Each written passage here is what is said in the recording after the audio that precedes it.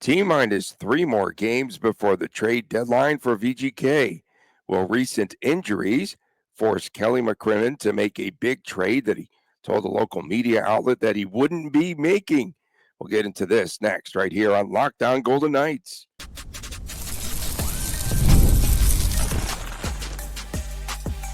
You're Locked On Golden Knights, your daily podcast on the Vegas Golden Knights, part of the Locked On Podcast Network, your team every day.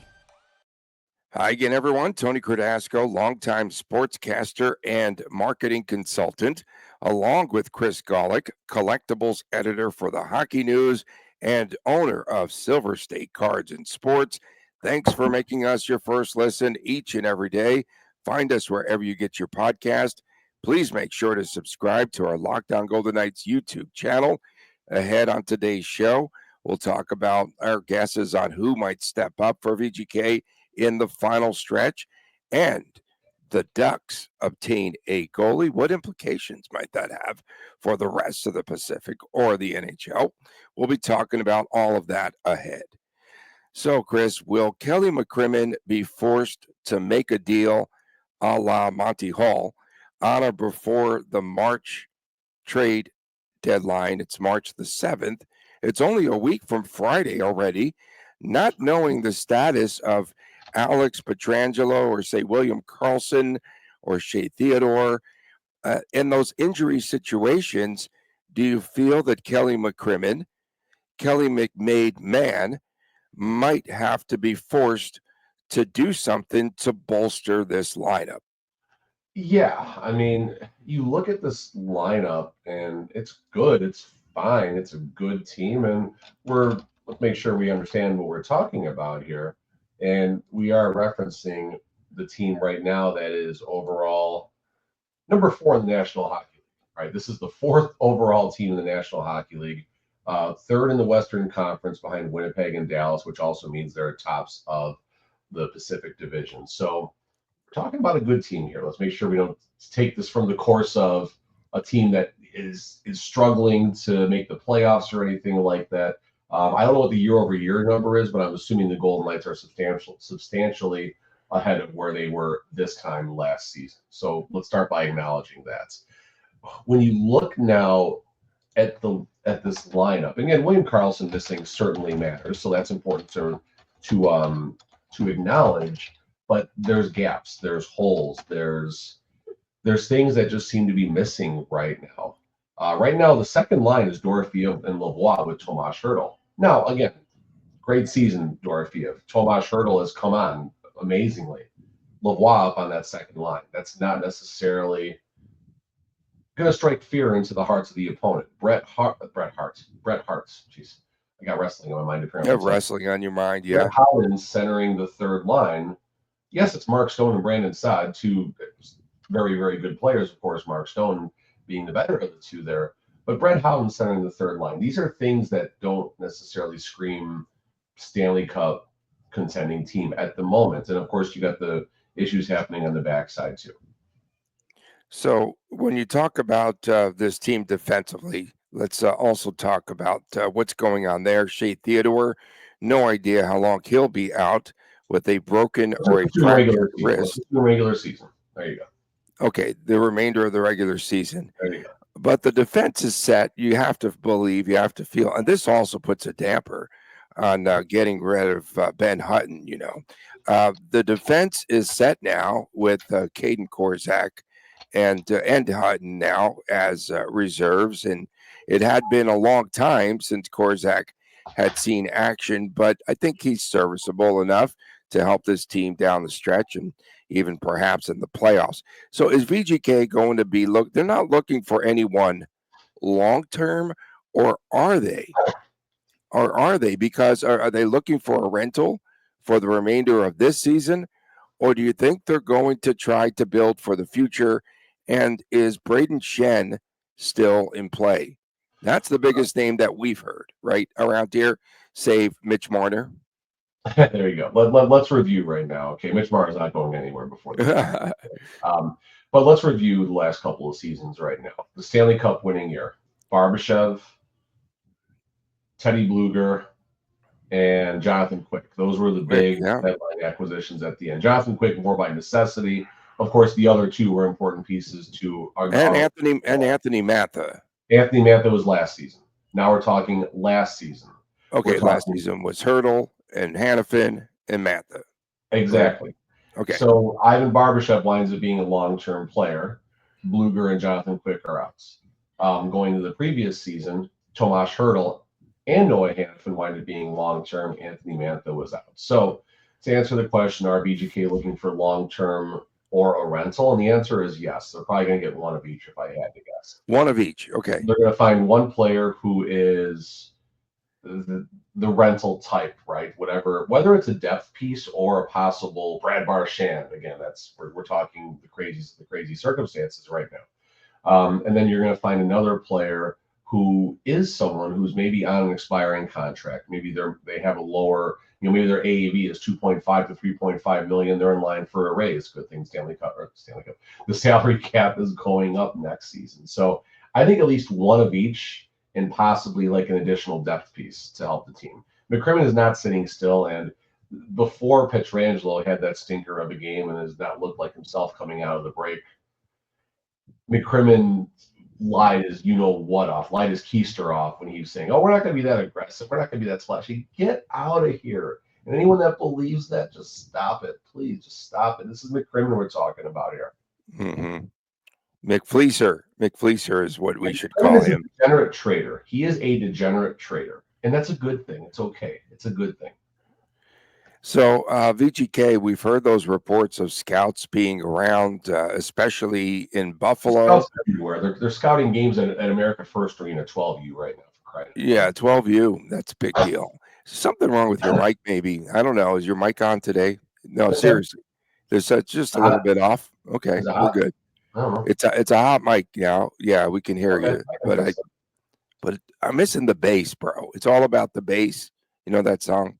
So in any event, I see what you have to believe that there still might be injuries ahead too. So you do have to prepare for what's ahead for VGK. I mean, it's just, this is hockey, right? This is 100%. Yeah, no, this is hockey. You want me to follow you there? Do I sound better now? No. Yeah, now we can hear you, bro. I had the wrong mic on. I think I had like 4 cameras in here, and I had the wrong setting. Yes, again, got you. Okay, we can hear you. Good, so back to the action. But also the Daily Faceoff had its list of potential trade targets. And to me, there was really no one that fit. An interesting name that I thought would always be in that list, that would always become a Vegas Golden Knight, Frankie Vetrano, because he just is a guy that is workmanlike and he'll just do whatever it takes. He reminds me a little bit of Barbashev in the way that he plays the game. He's scrappy. He's always around the puck. He wins puck battles, what have you. He's 30 years old, so just a rental, I would think. But that's a name that on that list, I'm really not, other than, making a big, what if McCrimmon comes out and makes a huge goaltender deal? What about that? Is that potentially in play? Anything is potentially in play, but I think if they did anything with a goalie, that would be, can you press the reset button that quickly, right? And what message does it send? And I know that everyone in that locker room understands what the VGK culture is as far as roster composition. It could change at any second, and I think anyone and everyone understands that. Making a major move involving a goalie right now, I mean, you're not going to trade Samsonov. Sam. You're not going to trade Sammy. There you go. Nicknames. You're not going to trade Sammy for the next VGK starter while Aiden Hill is still on your roster in a playoff push. That'd be terrible. Trading Aiden Hill at this moment, while it could be understandable and a case could be made if the right return comes, it would be the biggest. And there's been many shockwaves as far as trades in this city for the last 8.5 years now or something like that. When you factor the expansion and everything, that would be the shockwave of shockwaves. Now, if it was, an upper tier goalie or something like that on the cheap, somehow if McCrimmon pulled that off, I mean, great, it might be fun, but highly, highly, highly, highly unlikely. So I was scrolling through, I found a different Daily Face-Off article. Scroll down a little bit. Here's a name that's been talked about for a long time, and Nick Robertson from the Toronto Maple Leafs. This is an interesting one. He did request a trade last year, or in the offseason, did not work out. Took on, and he's an RFA, so he really didn't have a lot of choice in the matter, but he signed a 1-year, $875,000 deal. He doesn't want to be in Toronto. It's pretty clear. He's trying to be a professional and getting it done, but at the end of the day, he's not happy there. I don't think the Leafs are happy with him because he has also been a healthy scratch. His stats, this is 41 games in, so I don't have his current stats in front of me, but 12 points, 8 goals, 4 assists. Doesn't necessarily scream, a type of game changer trade or anything like that. But by the way, his brother Jason Robertson of the Dallas Stars, pretty good player. So Right. you have pedigree in the family, you have a change of scenery, and you just never know. I saw something pop up on my Instagram the other day. It was highlighting the worst trades of all time. And it was when the Philadelphia Flyers traded Patrick Sharp to the Chicago Blackhawks. Patrick Sharp was an absolute nobody. He was a nobody. He was a Brett Howden. And again, not that Brett Howden's a nobody, but Brett Howden is not a superstar by any means. Oh, have you noticed that Howden, since he signed that contract, has become the invisible man? He's Just been a saying. ghost. Yes, he's been a ghost. He's had some rushes, but he's been a ghost on the score Just sheet. saying. But point That's why being you is, that's why you don't sign sometimes these deals early in the season. Okay. no, you're good, 100%. But sometimes a change of scenery, especially for a 23, 24-year-old player, could work out. But is Alex that the Holtz right swing and miss? Nick Robertson maybe is the single up the middle. I don't know. is that the right move? I think again you need someone battle tested, a veteran, lottery ticket someone move. with playoff. That's the secondary move. That's the lottery ticket. Someone move is what that with is. someone with playoff experience. I think. How much money does VGK have left in the cap space? At the moment, their cap space is $2 million, but their LTIR pool is $6.8 million. Now, Okay. keep in mind this is going to change a little bit. William Karlsson is LTIR likely to come back sometime, let's say by the end of this week or early next week. Whether he lasts or not is a bigger question. But slated to come back, that's $5.9 million. So if you subtract that $5.9 million, but then you add Shea Theodore, who right now is still on the active roster. He's not even IR, let alone LTIR. They're obviously waiting for whenever Karlsson gets activated, Shea Theodore is going to get deactivated is probably the better way to put that. You're talking a $700,000 swing to the negative there. So call it about $6 million at the deadline to work with, plus or minus. That's plenty. And that's plenty. That's more than plenty. Yeah. I mean, do they do something crazy? And this would be absolutely crazy and obscene. But Erik Karlsson, that's splashy. That name's out there. The name is very out there. Now, But full can no this trade clause, team 2 stand to seasons have left at two $10 million or Karlssons? something. Oh my goodness, two. I mean, it works so Karlssons. well for Vancouver with 3 Pedersens. Yeah, of course, that's very true. But yes, I don't know that they're going to go after anyone on the defensive side, unless, of course, Pietrangelo really does break down. Then you're going to need someone again Nick who's Hague. a veteran. Nick Hague is the X factor there. If the Golden Knights feel that there is not a path to extending Nick Hague, a deal will get made involving him. If they feel there's not a path to extending him, RFA, it's a little more tricky. The Golden Knights hold the advantage, if you will, in the negotiating side of things. But remember, and part of this was because of the salary situation, and part of this was because Nick Hague wanted to max out the credit card and get as much as he could. But he did Smart miss move. the first game of the Stanley Cup winning season, as he wasn't technically a holdout, but they didn't get a deal worked out until the bell. So again, if there's not a path to extending Nick Hague, a deal will get made, and another defenseman. It won't be Ben Hutton taking his place. It'll be another defenseman coming in. Remember, the Golden Knights were in on trying to trade for a Pettersson. They were trying to trade for Marcus Pettersson from Pittsburgh, who ultimately went to Vancouver, and this is with a healthy Shea Theodore. I think this, and this is not my first or second or probably even third time bringing this up, but this got swept under the rug pretty quickly. And what does that indicate for the other 6 VGK defensemen, the top 6 VGK defensemen? One of them was on the move. And it's not McNabb, it's not Pietrangelo, it's not Hannafin. So that leaves you Whitecloud and Hague. End of story. One other question here before we head to a break. How much of a difference would William Karlsson be making with his team? Now, he was not effective before. A healthy William Karlsson would be great, Tony. Before he went on the shelf. So would he bring wasn't some healthy, juice? Tony.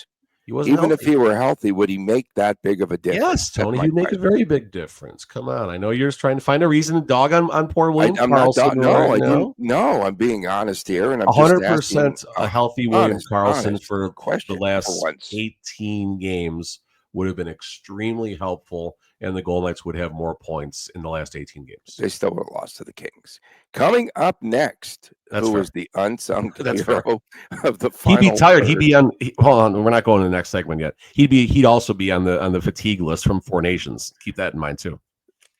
He wouldn't be playing as many games. He'd be the first one to get the break on Thursday. Coming up next. Sorry. Coming up next. Don't mean unsung hero of the following third of this season. We get to that as we return on this edition of Locked On Golden Knights. When it comes to hiring, Indeed is all you need. So stop struggling to get your job post seen on other sites. Indeed's sponsored jobs puts your post at the top of the page and helps you to reach the right candidates and faster. And, we've all been in a spot, if you have your own business, where you really need to hire, but you need that right hire, right? It's as much as getting that next save. You really do need to focus and get the right hire because the pressure is on each and every day. And without the right person, it is a major setback. That's exactly when Indeed's sponsored jobs come in handy. They make sure that your post is seen by the right candidates right now. So up to this moment here, we got to tell you about that you can speed up your hiring process. And there's a $75 sponsored job credit. Just go to Indeed.com/lockedon right now and support our show by saying that you heard about Indeed on this only podcast that you should be listening to, Locked On Golden Knights. And of course, check it out and tell them that you heard about it on Locked On Golden Knights. That's supporting our podcast. Terms and conditions apply. If you are hiring, Indeed is all you need. Go to Indeed.com/lockedon. Welcome back on this edition of Locked On Golden Knights. Tony Cardasco and Chris Golick reporting from Las Vegas. We appreciate you making us your first listen every day. And please subscribe to our Locked On Golden Knights YouTube channel. So you're talking about, I don't know if it's as much of an unsung hero as it is a hero, someone that's going to step up for VGK, I think, down the stretch. And in my mind, one name really is at the top, and that is Tomas Hertl. So Hertl is just, to me, he's become a very consistent player, if you will. Goals in 2 out of the last 3 games, I believe, and 44 points, not in a loud way, right? 22 assists, 22 goals. He's a -12, which he needs to pick that up. But again, the consistency to me of Tomas Hertl, he's become Mr. Reliable. He has more points already than last season when he had those injury struggles. And to me, he was someone that they picked up there on March the 8th of a year ago. Trade deadline was a little bit later. And so he's almost at his 1-year anniversary here. The one thing about Tomas Hertl, we know that he can score in bunches, but again, VGK needs that consistent player down the stretch, in my estimation. So he's a hero, yes, but he's not that guy that's really a splashy player, but he just consistently is scoring points right now. I wanted to look up. I was very at some point probably. Right, Mike is on for once. That's good. Yeah, no, I had to double check. Check. Okay, it's all good. At some points in the later stages of the offseason or initial stages of the regular season, I was very clear that I thought the Golden Knights would have been better off not making the Hertl trade and having Stevenson and then being able to reallocate Hertl's money elsewhere or something like that. And I was about to say I was terribly, terribly wrong and, let the public take a few punches here. But Chandler Stevenson is quietly doing very well in Seattle this year, as bad as things have been. He's got 10 goals and 30 assists. Now, that said, Tomas Hertl greater than Chandler Stevenson, I think, as far as who's going to help this team greater down the stretch. Hurdle's been a difference maker. Hurdle is doing fine as a second line center in 5-on-5 play. That plus minus something to watch, but honestly, if I were to pull up Tomas Hurdle's year over year type of charts, I'm assuming. Okay, we lost Chris now for a moment. If he were to pull up Tomas Hurdle's numbers year over year, he's probably, he did have a successful season, I think, in 2018-19. So that was a big deal. And hopefully for VGK, they can get that kind of output now that they were perhaps anticipating a season ago out of Tomas Hurdle. And, then there's some other names out there that I think are pretty important. And you know what? I'm really looking at, I expect something out of, complimentary players. Like when you look at like a Brett Howden, I mentioned him in the last segment, and to me, I think we will see a reappearance of someone like Howden coming up here for VGK down the stretch, and those complementary players and those depth pieces are really the pieces that VGK is going to have to rely on. And I'm not quite sure. Hopefully, Chris can jump right back in here, but I think he would have a real interesting take on who he thinks. So the mic was gone. You were gone. Okay, so when you were gone here, you departed for a minute. I said you can expect maybe a complimentary player, and I did mention Brett Howden, who I mentioned in the last segment. Perhaps the reappearance of players like that and the depth pieces are going to become even more important for VGK. Like Saad, Saad, I think, is one of those players who comes to mind of someone that can really step up for the Golden Knights here down the stretch. I like battle-tested players with playoff experience. I would look more for a rental than I would for the future of this team. I think through free agency, you can fill in those gaps in the offseason. But what are your thoughts? And welcome back, bro. Yeah, welcome no, back, I thought Connor. my internet crashed. Welcome I had back, no idea if it was Colin. StreamYard. That was a weird one, right there. It's still recording. That's a good thing. Yeah, no, we're good. Redo So the show. As far as my unsung heroes that I would put coming down the stretch here, you said Brett Howden. I am with you on Brett Howden. When William Karlsson comes back, I am curious to see where Brett Howden ends up on this lineup. And does Karlsson wind up centering a line with, let's say, Brett Howden and Mark Stone? That would be interesting to see. Does Stone go back up? I don't know. There's a lot of questions that need to be answered once William Karlsson does come back. But I'll start with Brett Howden. Has the ability to kill penalties, has the ability to be a difference maker in that bottom third. We've seen his ability to score goals. Been a little quiet lately. Only one goal, I think, in maybe the last, it might be pushing 2 months, one for Brett Howden. I was just going to say, probably since post-American Thanksgiving, he's been there you go. You love American Thanksgiving. But I'm going to go Noah Hannafin, actually, for an unsung hero. And I know it's a higher value player and someone we necessarily who should be someone who could be one of the heroes of this team. But I just think Noah Hannafin's game is hopefully going to evolve right now down the stretch. He was number one on the hockey stat card the other night. I didn't see it personally, but he was number one in the Kings' defeat of the Vegas Golden Knights. He's getting more touches. This is regurgitation of what Coach Cassidy's saying right now. He's getting more offensive touches of the puck. That could change the way someone looks at their game. Coach Cassidy talked early in the season when Hannafin was struggling. He's been struggling all season, we're crying out loud. But when he was struggling even worse earlier on in the season, he did mention the fact that he's not getting as many offensive touches.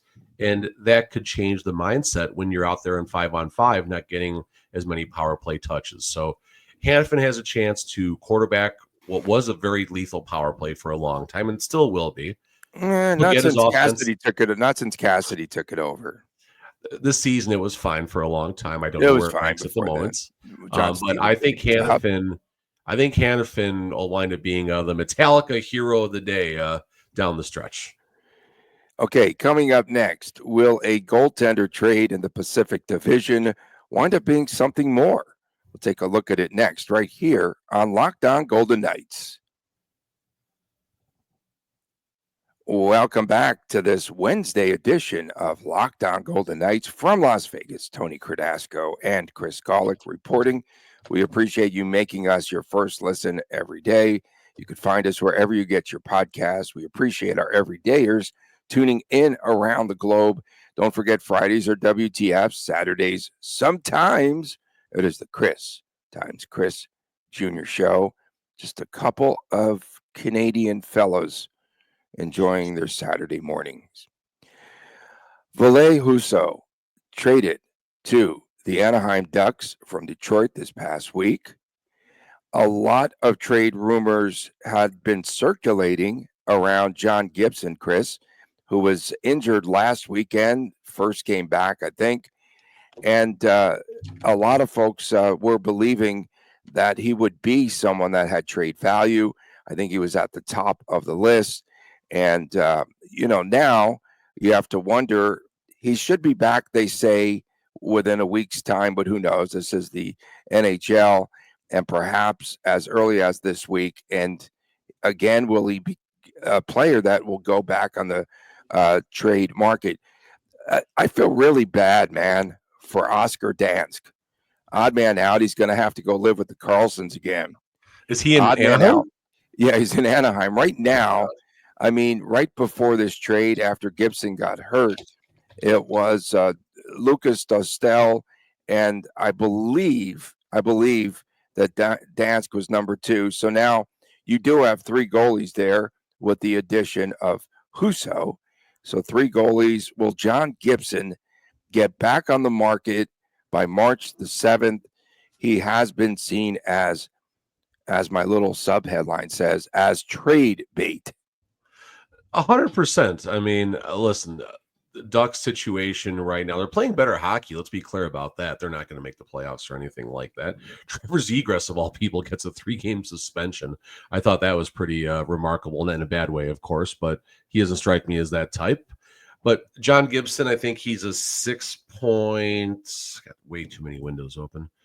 His cap hit is $6.4 million. 2 more full seasons after this, and a time where goalie contracts seem to be on the rise to a degree. You look, of course, with Logan Thompson, Blackwood. A deal just got made. Vancouver goalie Lankinen, feels like 4.5 was a steal the way he played against. It was pretty funny because he turned down $3 million and he got like another $1.5 million after losing. Good job. After getting shelled in the Four Nations face-off. I mean, what are you going to do? There's no Sweden that much defense. So you look at John Gibson. You look at his career. 501 regular season games, yet the dude's only had 24 playoff games in that window. So that's unfortunate for him. It's I won't say a wasted career, but it's a wasted career as far as getting a chance to compete for a Stanley Cup. Besides, of course, the 16-17 year where they did go on a deep run. I think that was I don't know who beat. It wasn't the Blackhawks season. Doesn't matter. So John Gibson, we always joke about him in Vegas. He's going to shut the Golden Knights out for 2 periods, a period and a half, and then he's going to get shelled. Pitcher losing no-hitter in the 5th inning and then gets rocked and pulled by the 6th, right? Career save percentage, 910. Recently, a 916 this season on a Ducks team that's not been very good. A couple seasons in the 8-8. I think you're mistaken, though, because if you look at the standings right now, the Ducks are still in the hunt, sort of. They're 7 points. In the hunt, Tony, 18 to make the playoffs. But they're usually way out of it by now. So they're just 7 points behind Cal, Gary. Yeah, 7 points. That's a lot. I mean, that's a lot of teams to jump above right now. Games in hand. Okay. Yeah, I mean, if you want to make a case, fine. I mean, but they're still, 7-8 points out and got leapfrog 3 or 4 teams. So as far as Gibson, this injury, I think it's upper body, was upper or lower body. I can't remember what it was. Doesn't matter. But it seems like it's no big deal.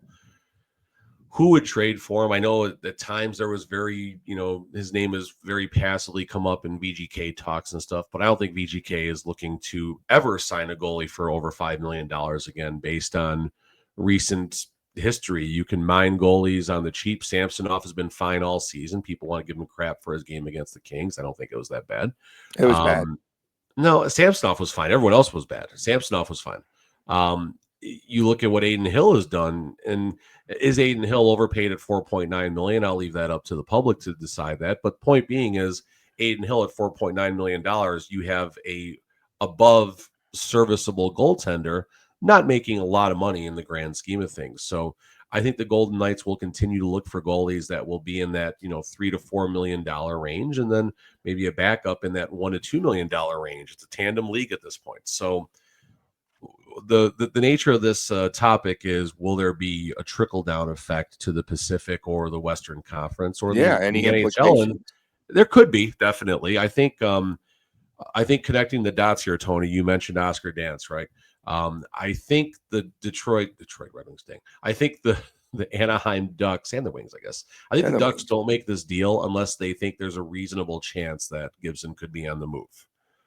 I think that's why you do that. You have Dostal, you have Dansk. They're fine. They'll get the job done. You have other goalies, I'm sure. And now you have Husso. I believe in the American League and stuff. So, it's whatever. I mean, find a way to make it work. Yeah, Dostal would be the odd man out in all seriousness, right? If they stick with Gibson and Husso. And those are two pretty good goaltenders. Well, Husso, I think, went down to the American League right away, so I'm not sure what his contract situation is. Okay. I'm assuming it's either a two-way or somehow he went directly to the American League first. It's got to be the cap. It's probably. But Dostal is the future there. Dostal is the future. Whether they maybe do something. So they're not getting rid of Dostal, and then it just comes down to Husso and John Gibson. Gibson's health is what this comes down to. Right. It does come down to his health. But if he's back and ready to go here by the end of this week, you have a full week to get his trade value back up. No, this is fun. Now he comes back this week, right? The Four Nations, I think, made the trade deadline sneak up on us, right? It had so much of our interest we couldn't do in other shows as well, and other people that talk about the Golden Knights. It's the trade deadline kind of got swept under the rug because of all the attention of the Four Nations, which is having a lot of backlash right now. A lot of backlash from the Four Nations as far as fatigue and we were right about that. And we were right about that. The check, the waiters dropped off the check for the Four Nations right now, and I wonder. This would be a great time for, like, The Athletic is big on stuff like this and other Daily Face-Off or whatever, to do one of those surveys of anonymous players and players that participated and did not participate as far as the residual effects. Residual effect, I think we need something. We need a chart that maybe you could put up tomorrow with man games lost. I think you should definitely. That's actually interesting. I'm serious. I think we should research man games lost post. These are types of things you shouldn't talk about on the camera because someone else is already going to take this. Someone's going to steal it, of course, like they usually do. Yeah, we got national people watching us, right? Oh, without a doubt. Well, we do appreciate everyone tuning in, especially locally and nationally. The national media that always heist our stories. We appreciate them. Of course, we definitely appreciate our everydayers tuning in from around the world, as far away as Singapore, still number 3 with the ball. We got a check-in from Bangkok, Thailand on YouTube. I'm telling you, it's great. It's great, and we appreciate it. And thank you so much. Who was? It was a regular, but they checked in. They checked in there, and thanks for taking us with you when you travel. We've seen that before. Yeah. We did have someone go to Singapore and scout things out and do they did a little survey and asked people if they've ever heard of Lockdown Golden Knights or if they tune in daily. And they didn't speak English. They didn't speak English, so they didn't know. And of course, Fridays, WTF, Saturdays, sometimes Chris and Chris Jr. show for my man, Chris Golick, who was in and out today. Mic issues, all sorts of things, but he's a gamer. He came back. Not my best day. Not my best day. Well, he closed like one of those trotters there. Hey, there we go. Now we're talking. Then the second turn of May, when I made my move, I got to the inside. Oh, yeah, now we're good. Okay, let's go. For my man, Chris Golick, I am Tony Cardasco. So long for now. We'll see you tomorrow right here on Lockdown Golden Knights. And please take care.